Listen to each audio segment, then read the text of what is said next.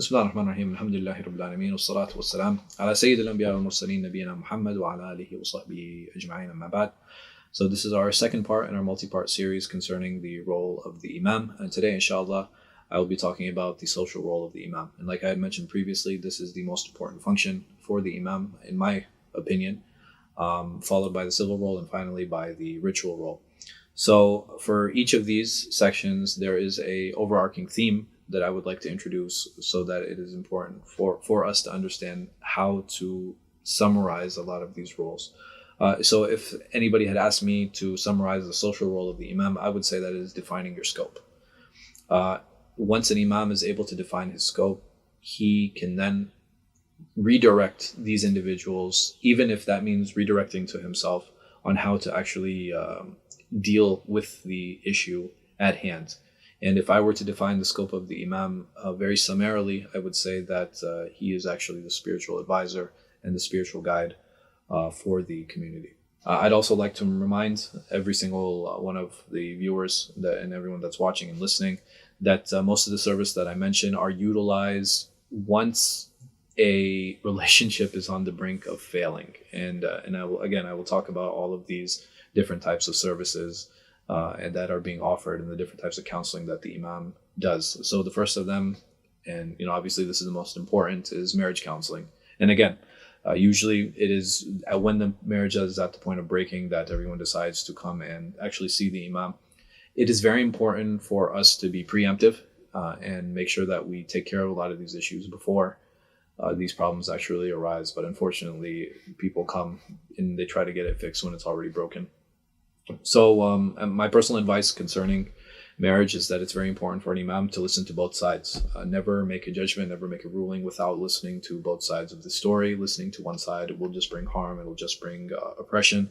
We have to understand that marriage, just like any other relationship we have in our life, is two ways. It is always never going to be 100% one person's fault. It can be a majority one person's fault, but it will never be exclusively one person's fault, or you can never blame one person exclusively concerning that. So it's something that's very important for an Imam to learn how to navigate and how to deal with, because after marriage counseling, in some cases, you actually have divorce counseling as well. So you kind of have to help people navigate how to deal with that divorce and how to deal with the new relationship now. Because yes, they're not married anymore, but the relationship, it still stands, especially if there are children involved. If there aren't any children involved, it's usually much less significant. But once there are children involved, there still is a contact point there, and there's still a point of commonality that both of these individuals have that we as Imams really need to help these individuals navigate. The second one, youth counseling. Youth counseling, it involves developing a relationship with the youth. And one of the best ways to do that is taking advantage of the youth programs that are being offered at the masjid, or creating a youth program so that the Imam is involved with that, depending on the age of the Imam. And this is one of the few things I will say is age dependent, is that it's much easier to relate to a group that an Imam is closer in age to. It becomes very difficult when there's a large age gap between them. So him being available to them and him being part of them and teaching them and having a good relationship with them, I think this is something that's very critical, even though it is not something that can be done necessarily by him. He will have to utilize some type of third party in order to help create that understanding. Understanding youth culture, keeping up with a lot of their terminology, I think is something that's very important, so that we understand them and so that we know what it is that they're saying. We also need to understand that, especially in the immigrant community, that there tends to be a huge cultural gap also. So there are different types of gaps that we have in our relationships, especially when it comes to family. Unfortunately, between the immigrant and the first generation, one of the biggest gaps is there's a huge cultural gap. The expectations, what nuances, the way, the intonations, how an individual speaks, all of these have a huge role. And this is really defined by the culture. And there's a huge gap when it comes to that. There are also age gaps, which is something that sometimes we forget, that even though we might have a common culture, there will be a difference in age between people. And just because of that, and a generational gap, both of these things, even though they're interrelated, that gap will always stay there. And it's very important for us to keep those things in mind. when we are developing a relationship with them. But again, the main purpose of this is developing a relationship with the youth, so that we learn how to guide them and how to make sure that we are available to them. It's very important that whenever we do consultation, oh, and I'm sorry, the last one, and parents, concerning, so when we talk about youth counseling, a lot of times parents will have problems with their children. And this is something, again, it goes back to these different types of gaps and kind of helping and navigating them and helping them communicate with each other. Because there are many times, and I've been in the seat in many conversations I've had where I'm literally the translator. Many times, like, the parents just have no idea what the child is talking about. And I'm sitting there saying, well, okay, well, he's actually saying this is a problem, this is the issue. And they're just shocked, and he's speaking, he's talking, and they're just completely lost as to what it is that he's trying to tell them and try to express to them, because of that cultural gap, because of that language barrier. So when it comes to consultation, I think it's very important for imams to understand what their limits are. And those limits, I would put them into two major categories. Number one, medical. We are never in a position to give medical advice. We are not medical doctors. We are not psychiatrists. We are not psychologists. We cannot give medical advice. And it's very important we don't do that, because we do not want to fall into legal problems and legal issues. And secondly, we do not give legal advice. By legal advice, I'm talking about concerning state and federal law, like federal laws and state laws, or even local laws, because again, it's something that we're not very well versed in, something that we don't know about, and it's very important that we do not give people advice in those things. If anybody asks a legal question, again, when it comes to federal, state, and local laws, we should always refer them to a lawyer. Just like if we have any medical questions, we should refer them to a medical specialist. Our realm is strictly spiritual. It is strictly shara'i. It's very important that we stay and maintain those boundaries, so that we're able to give a person the correct guidance and the appropriate guidance to help them navigate their lives.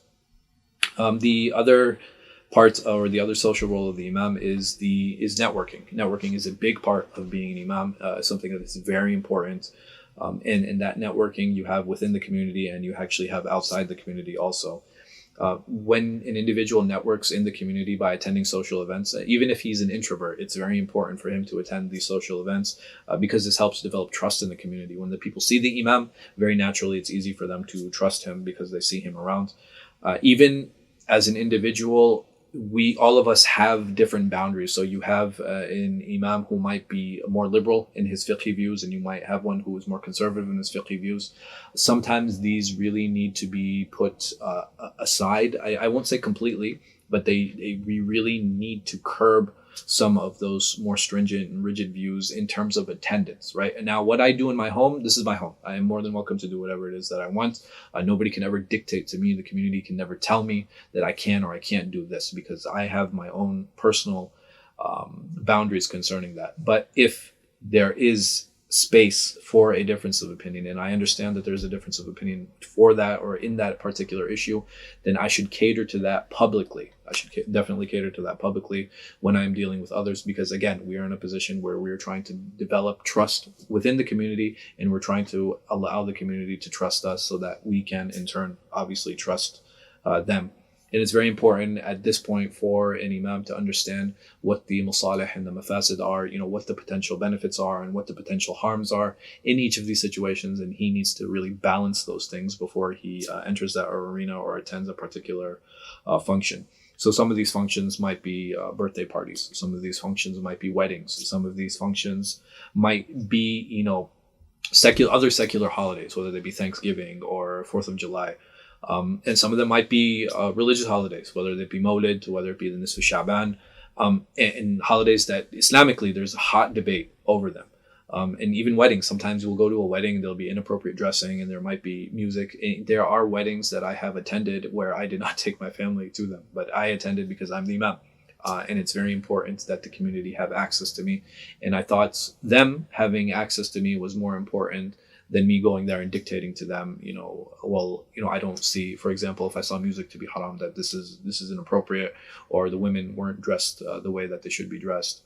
These type of things, it's very important, again, to understand what the potential harms and what the potential benefits are in each of those situations, and be wise in terms of balancing them out. And is it more important for me to develop that relationship first and then tell them about the harms of all of these things, or do I need to tell them the harms and then try to develop the relationship?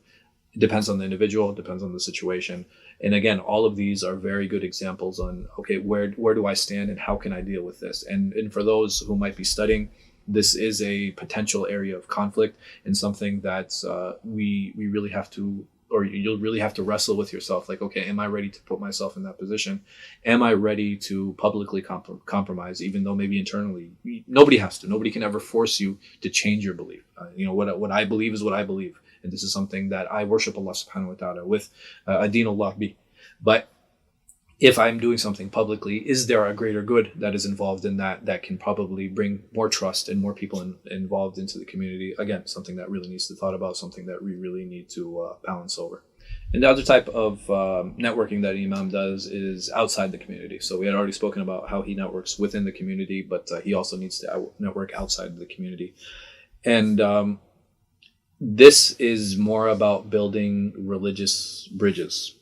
And sometimes these religious bridges, it's very important for us to understand that they are more political in nature than they are religious in nature. And when I get into the civil discussion or the civil role of the Imam, I'll definitely delve into this a little bit more and why I feel it's more of a political discussion than I do a religious one. And the last one is professional. So professional networking is something that's very important because this will allow an Imam to attend different speaking events. It will allow him to attend different conferences, different seminars. Sometimes those seminars are intrastate, some of them they're interstate, sometimes they're national. Being part of different councils, different organizations, it's very important for us as Imams to take part in these, not necessarily for our own personal clout, but because we want to draw out local talent. And the reason that I want to draw out local talent is something that, again, I will discuss more, inshallah.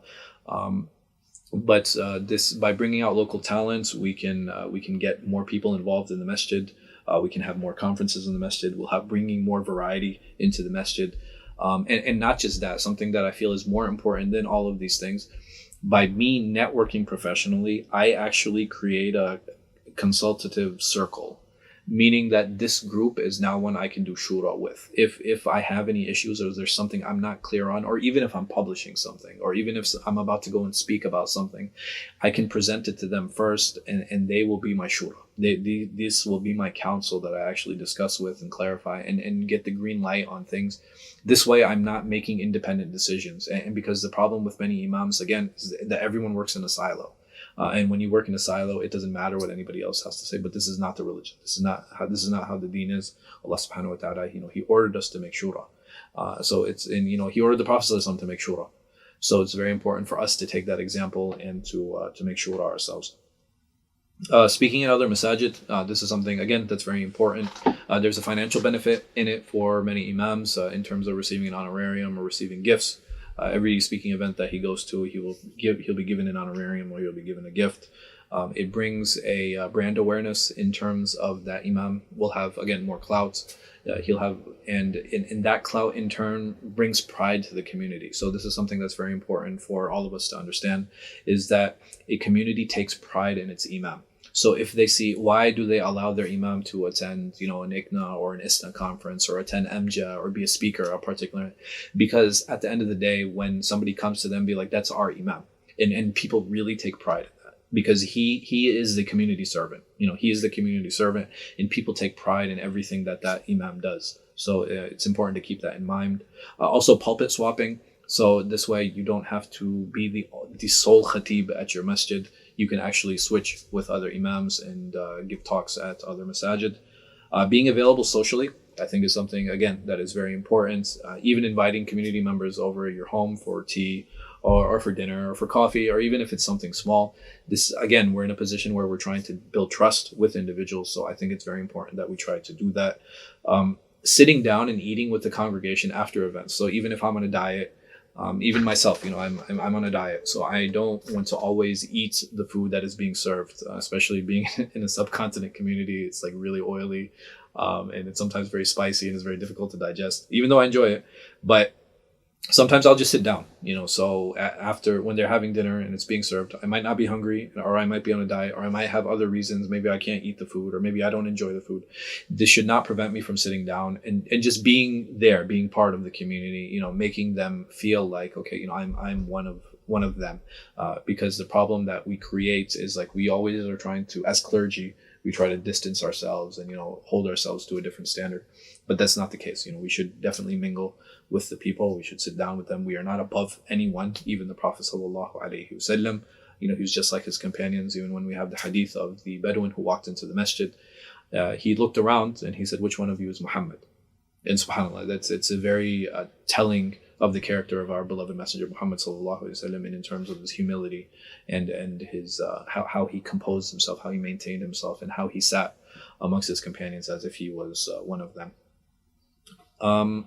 Sometimes even hanging out. So if there's sport events, if there's a Super Bowl or a World Cup or something that the community is really excited about, even to partaking, even for some of it, maybe like the last quarter or some part of it, even if you yourself are not a sports fan, I think this is very important, because again, being socially available is something that helps build trust in the community. Networking professionally, to other professionals in the community. I'm not talking about within a clergy or an imam type of index. I'm talking about understanding and knowing medical doctors, knowing plumbers, knowing lawyers, knowing engineers, knowing all of these people. I think it's very important to developing that personal Rolodex, so that when people come to you, you can direct them to the people who will guide them. There are a number of times people have come to me and be like, "Hey, I need a good electrician, or I need a good mechanic, or I need a good plumber, or I need a good HVAC guy. Who should I talk to?" And the more I serve the community, and as an imam, and the more we all serve the community, it's very important. And again, it's a way to help develop trust. So and the professionally, there are some situations where the masjid can actually receive kickbacks. So for example, if the imam he does intake, and somebody comes in and they are clearly suffering from psychosis or anxiety or depression or substance abuse. Now, the imam is not equipped to handle these things, because he is not a medical professional. And again, a point I'm going to drive home time and time again. But this does not prevent him from referring to other professionals. He can send this person to a psychologist, to a counselor, to a therapist, to Narcotics Anonymous, or even if there's alcohol abuse, Alcoholics Anonymous. And there are certain situations where kickbacks can be received. So if this person goes in for counseling, goes in for therapy, and their insurance covers it, then the masjid can receive a portion of that, whatever the situation might be, or whatever the professional agreement is between the masjid, between the organization, and between that professional. So something I feel a lot of masajid can definitely take advantage of, and I think it's important that we do take advantage of that. Even understanding how to channel people. The imam is basically a gateway. The imam is basically a gateway. People come into the gateway, and it's upon us to kind of channel those people and direct them on where it is that they can go for further help. Sometimes that further help is within us, ourselves, especially, for example, if a person's having a crisis of faith and he needs to come and talk to you, or she needs to come and talk to you a few times, then it's very important for us to do intake for that, and to deal with that. But inshallah, again, this is something that we'll talk about more in detail on how to actually practically implement some of these things. But bi'idhnillahi ta'ala, next time, I hope to talk more about the civil role of the imam, which is, for me, the number 2 most important role after the social one. So I look forward to seeing you all next time, inshallah. جزاكم الله خير والله أعلم وصلى الله على خير خلق نبينا محمد وعلى آله وصحبه وسلم.